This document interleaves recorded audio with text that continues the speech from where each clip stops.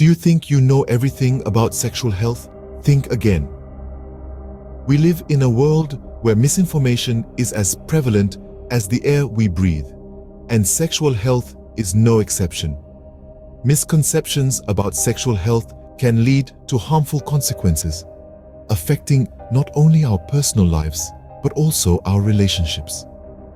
This is why we're here today, to debunk some of the most common myths surrounding this crucial aspect of our lives. From the efficacy of birth control methods to the realities of sexually transmitted infections and the truths about conception, we'll be tackling these topics one by one. So, buckle up, keep an open mind, and join us on this enlightening journey. Contrary to the myth, men are not immune to sexually transmitted or STIs. Their susceptibility is equivalent to, and in some cases greater than, women's. Men may exhibit no symptoms, but this doesn't negate the presence or harm of STIs. Untreated, they can escalate to severe health problems, including infertility. Therefore, it's crucial for everyone to prioritize safe sex, routine tests, and transparency with partners. So, men, remember, STIs make no gender distinction. Regular checkups and safe practices are essential for staying healthy. There are countless myths about when you can't get pregnant. But what's the reality? Let's dive right in, shall we? A common misconception is that a woman can't get pregnant during her menstrual cycle. This is not entirely true. While the chances may be lower, it's still possible due to the variations in a woman's cycle. Another myth we often hear is that you can't get pregnant the first time you have sex. This is another fallacy. Pregnancy can occur anytime unprotected sex happens, regardless of whether it's your first or 100th time. And then there's the notorious pull-out method. Despite its popularity, it's far from foolproof. Pre-ejaculation can still contain sperm, leading to pregnancy. In reality, none of these methods offer a guarantee against pregnancy. The only surefire way to prevent pregnancy is by using contraceptives consistently and correctly. So, as you see, it's not about timing or chance, it's about protection and understanding how your body works. Moving on from pregnancy myths, let's tackle another widely believed misconception, that the pill is the only effective birth control method. But is that the truth? Let's find out. The reality is, there's a whole spectrum of birth control methods available, each with their own advantages and considerations.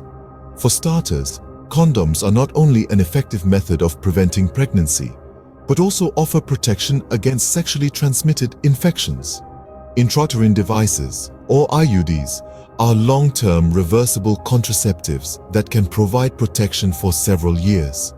And let's not forget other hormonal methods like the patch, the shot, and vaginal rings. Each of these methods has its own effectiveness rate and suitability depending on individual health conditions and lifestyle. So remember, the pill isn't the only player in the game of birth control. It's essential to explore your options and consult with a healthcare provider to choose the method that's right for you. Following on from our discussion on pregnancy myths, some believe that sexual orientation determines one's sexual health. But is that really the case? Let's take a closer look. Regardless of whether you identify as heterosexual, homosexual, bisexual, or somewhere else on the diverse spectrum of human sexuality, your sexual health is not determined by your orientation. Instead, it is determined by practicing safe and consensual sex. This means that everyone, regardless of orientation, should have regular checkups, use protection, and communicate openly and honestly with their partners. Unfortunately, discrimination and stigma can negatively impact sexual health, leading to fear or avoidance of regular health checkups, or even encouraging risky behavior. So, it's not your orientation that impacts your sexual health, but how society reacts to it. So, remember, sexual health is not about who you love, but how you love safely and consensually. Moving on from our discussion on the impact of sexual orientation on sexual health, let's tackle another common misconception, that only adults need to worry about sexual health. But is that the truth? Let's find out. Many believe that sexual health is an adult concern, but the reality is that sexual health education should start early. This early education promotes safe practices and prevents misinformation from taking root. Adolescents are going through a lot of changes, both physically and emotionally. Understanding these changes and what they mean is a crucial part of their sexual health. Understanding their bodies and their feelings can help them navigate this confusing time with confidence and make informed decisions. Early education can lead to healthier relationships and decision-making in adulthood. So, remember, sexual health isn't just an adult concern, it's everyone's concern. It starts with understanding and communication, and it continues with safe practices and regular checkups. We've debunked some common myths, but there's so much more to know about sexual health. The world of sexual health is vast and complex, and it's essential to keep yourself informed. It's not just about avoiding unwanted pregnancies or sexually transmitted infections. It's about understanding your body, your needs, and your options. One cannot stress enough the importance of seeking out reliable sources of information. The internet is a treasure trove of knowledge, but not all that glitters is gold. Be mindful of where you're getting your information from. Communication is another crucial aspect of sexual health. Open, honest discussions with your partner can pave the way for a healthy and fulfilling sexual relationship.